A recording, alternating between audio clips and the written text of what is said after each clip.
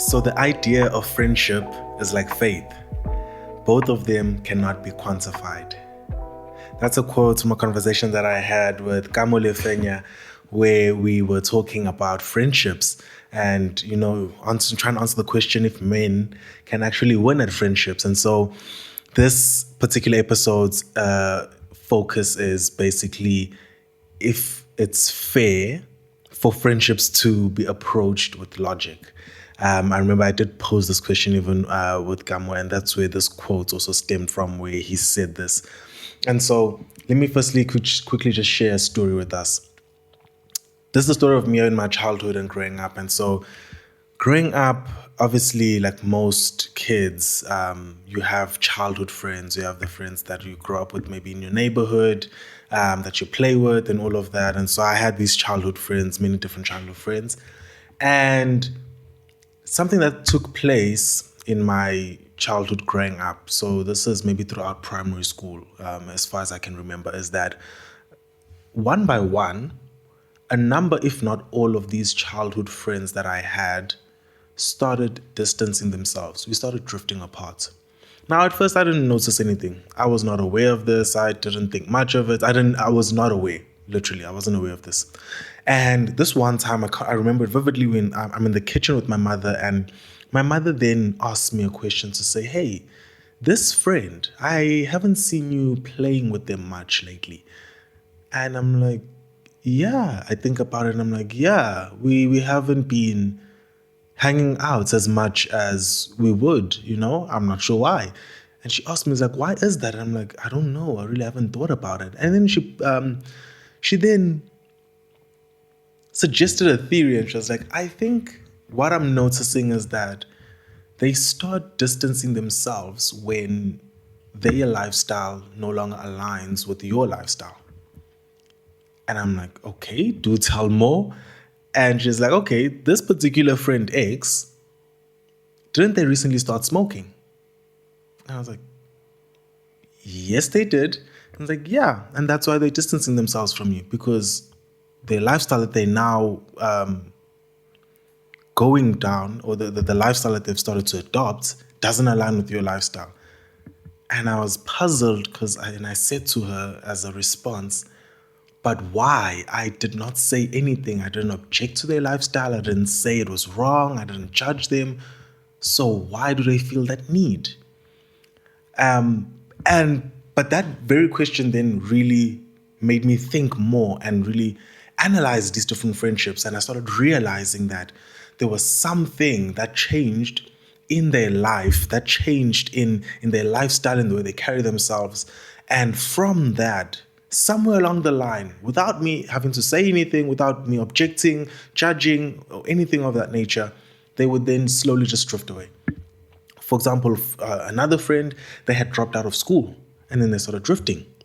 Another friend, they had started just hanging with the wrong crowd, becoming quite violent, and just, in a sense, for lack of a better word, kind of being in a gang.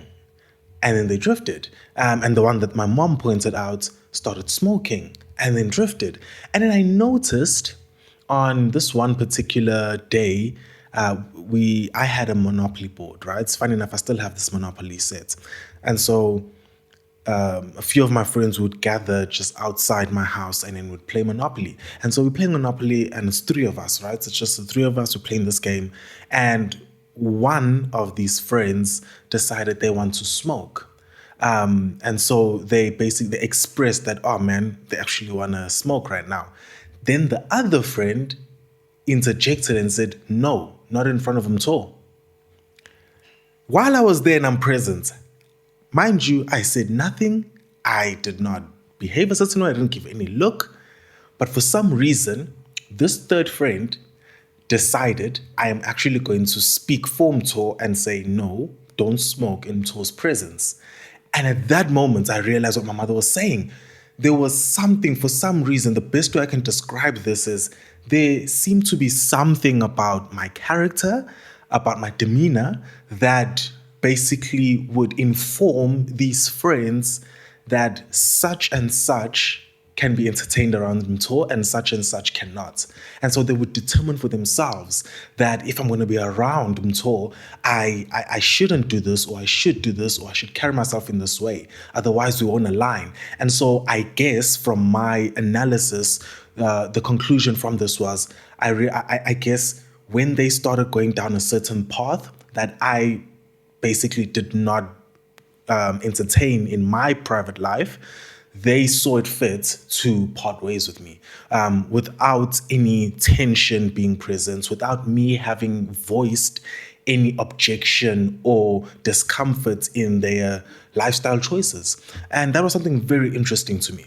So from that, just to share with us some takeaways and some things that I've understood over the years as I've been growing, making more friends, and hey, I've lost more friends as well along the way, but some things that I'm continuing to learn and understand, and some takeaways from what I've seen, just from that childhood story that I just shared. Before I go into that, I just want to quote two verses of scripture, and both of them are found in the book of Proverbs. The first one being found in Proverbs chapter 18, verse 24.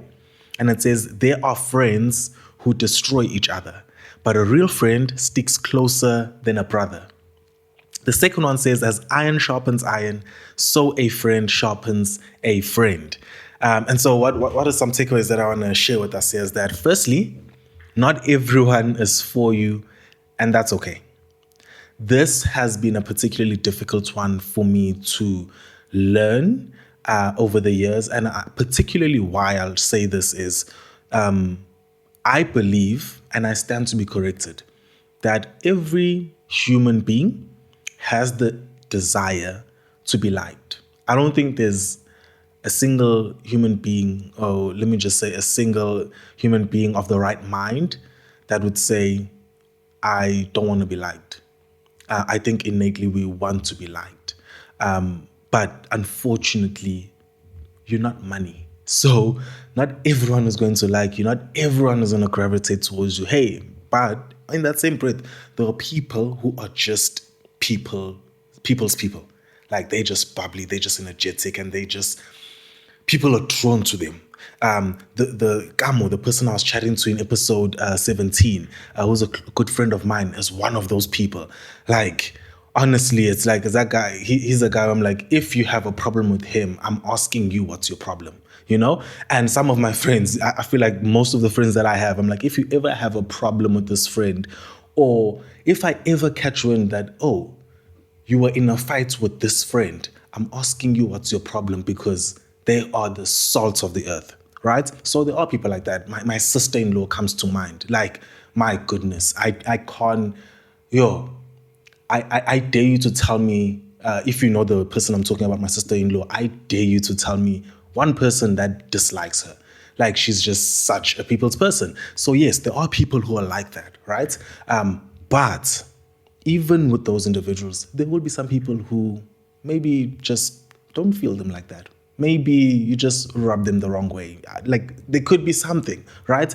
All of this is to say you're not money, and so you're not going to be universally liked, right? And so with that understanding, what I've also had to understand and learn, and I still am learning as I continue in my journey, is that not everyone's for me, and I'm also not for everyone. And that is okay. And so also understanding that, there'll be times maybe when if you're a person who's quite intentional with making friends and building friendships. Like, I've realized there were one or two friendships where, we started off and there was the intention of like, we'd like to build a friendship, but for some reason, it just wasn't happening. Like, it just wasn't really clicking the way you would expect it. And I believe that when it comes to friendships, there's a level of organic. There's a level of ease to it. It doesn't, and it shouldn't feel forced. It shouldn't feel like it's being engineered.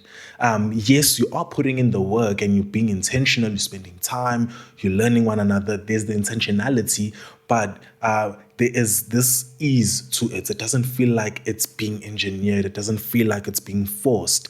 And so I've come across certain relationships where there was the intention both ways, where we would like to build a friendship, but for some reason, I can't really pinpoint or put a word to it, but for some reason, there was just something that was not giving, right?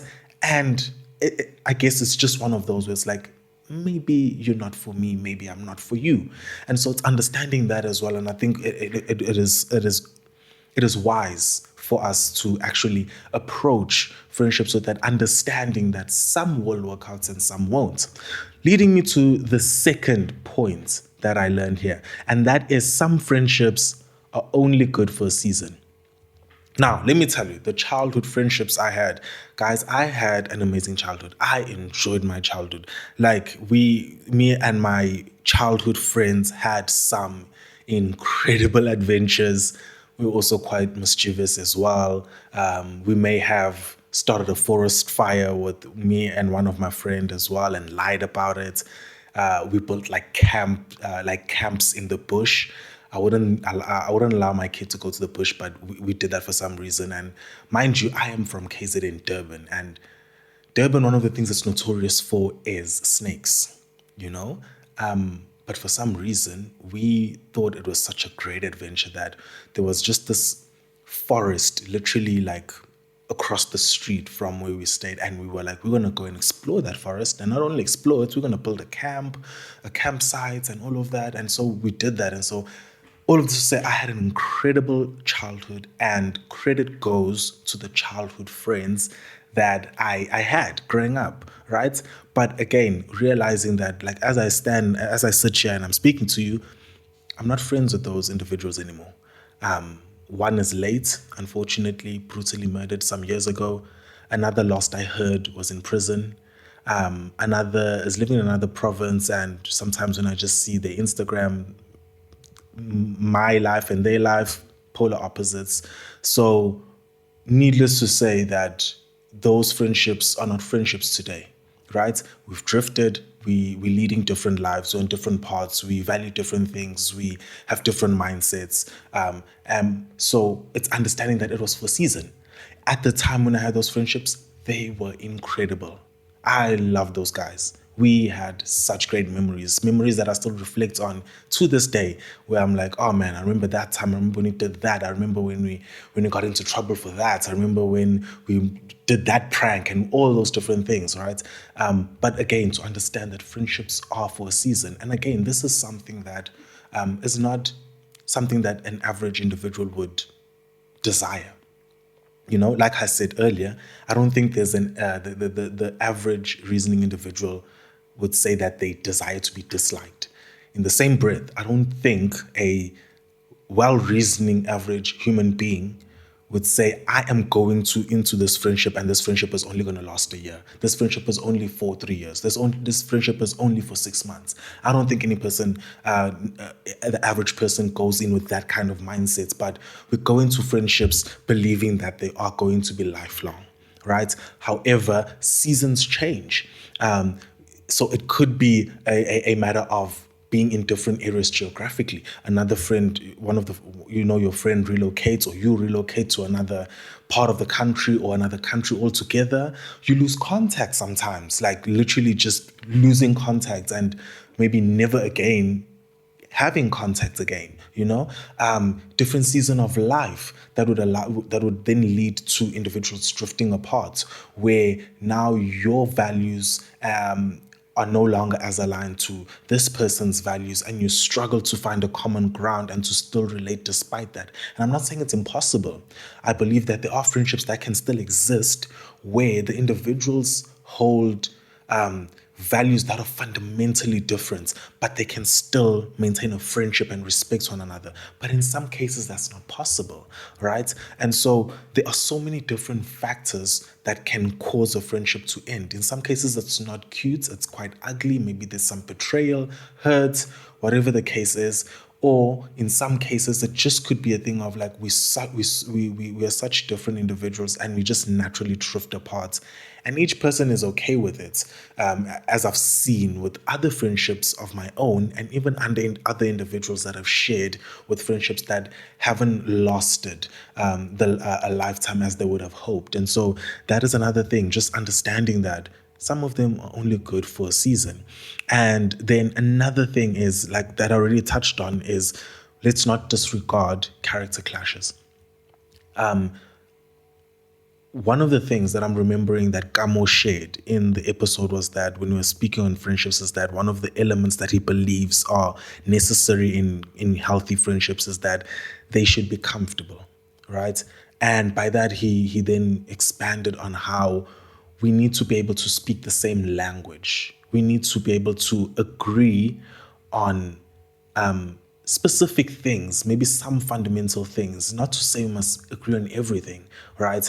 And so there are certain things, and this is where then I believe the concept of preference comes in, right? Because then I, as a person, would then have specific preferences that I believe are necessary, that I would like a potential friend of mine to have. For example, maybe I would say a friend of mine would be someone who is a Christian, right?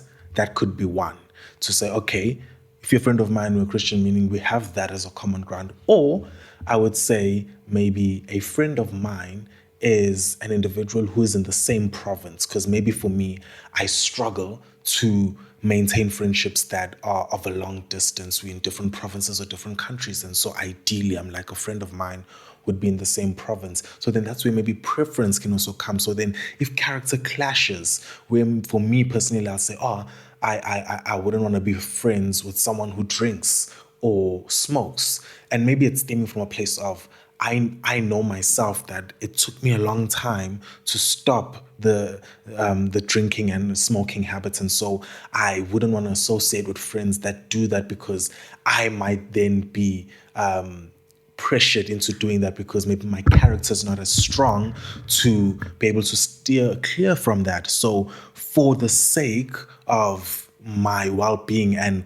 what I'm trying to build, I'm going to stay away from friendships that are of that nature because I know that I would get tempted easily. So, that's where then you'd find that some individuals might just have preference, and then the preference would then sort of guide the kinds of friendships that they get. And so those are just a few things that just from the story I shared, and just so far in my journey as I've been walking, just realizing the nuances that come when it comes to friendships, building friendship, maintaining friendships, and also unfortunately some friendships that end over time, even though we would love them to be lifelong.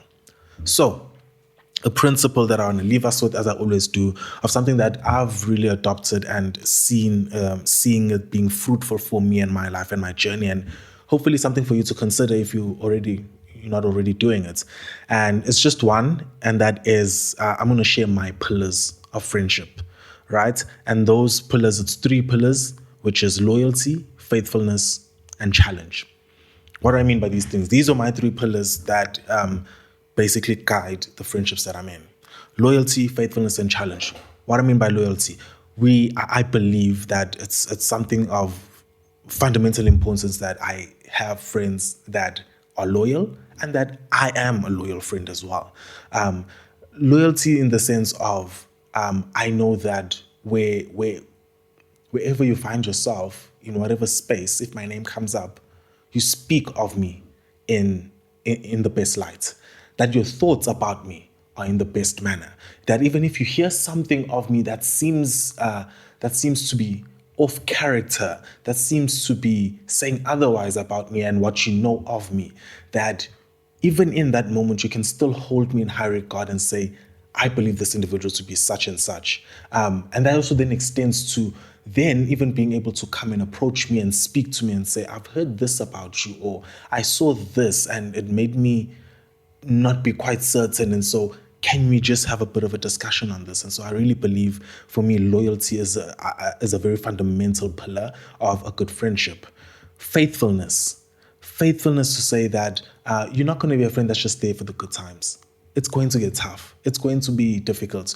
I'll find myself in a difficult season. You might find yourself in a difficult season. Can we be faithful to one another? Can we still show up for one another? Not only to be there for the good times, to be there for when everything is on the up, but when I need a shoulder to lean on, when times are difficult, when I need an ear to listen, I need a word of advice. Are you able to show up in that capacity as a friend? When it seems like everything around me is crumbling and the world is turning against me, can I trust that those that I call friends don't turn against me? And I say this with the sobriety and not having that naivety of saying, I know that some individuals that hasn't been the reality. Some individuals, maybe you're watching this, and for you it's been a reality at times where life is on the downturn, and everyone, including the people you thought were your really close friends, were your brothers, were your allies, seem to also just finding the nearest exit. And so that's another thing for me that I believe is of such importance, is that having faithfulness in those friendships, that you're going to be able to hold me accountable. You're able to speak into my life. You're able to show up when I need you to show up. And then the last one, which was challenge. I value friendships where I'm being challenged. I need friendships. Just going back to the scripture I quoted in Proverbs 27, as iron sharpens iron, so a friend sharpens a friend. So I look and I really value friendships where you challenge me in some way. You might challenge me intellectually, and friends are different. Different friends are different. So friend A may challenge me intellectually. Friend B may challenge me in terms of my physical health. That's my gym buddy. That's the person that I even share my fitness data from my smartwatch and stuff, and we track each other and all of that. Maybe we run together, we do workouts together. Friends that will challenge me on a spiritual level, challenge me in terms of marriage, so that's maybe another married friend, and we challenge each other and we help each other grow in the seasons of life that we're in. Friends that can challenge me and show me the way when it comes to finances and building wealth. So all these different areas, it's not to say one friend will fit everything and will solve every need, but different friends feed into different areas of your life. But for me, fundamentally, it's very important that a person that is a friend to me challenges me in some way, regardless of whether this is a significant area you're challenging me in or not so significant. But as long as there's an area where I can actually look back and say, man, in my time so far, these last 5 years of being friends with this person, I've seen myself improve in this way. Maybe you challenged my thinking. Maybe you came to me and you said, you have a bit of a temper, and you helped me work on my temper. Some area where I can look and say, man, I am a different person because I have been friends with this individual. And all of this is to say, it's reciprocal. So these very pillars that I'm saying I look for in terms of friendships are the very pillars that I am intentional and try my best to be growing in as well. That I make sure that I'm someone who is loyal, I'm someone who is faithful, and that I challenge those around me that call me a friend. And so that's all I wanted to chat to us about on this episode. And I hope you're challenged. I hope there's something that you could take that is of value, that you can also go and apply in your own life, apply in your friendships. And until the next episode, please remember to be intentional, because the man you're becoming is better than the man that you are today.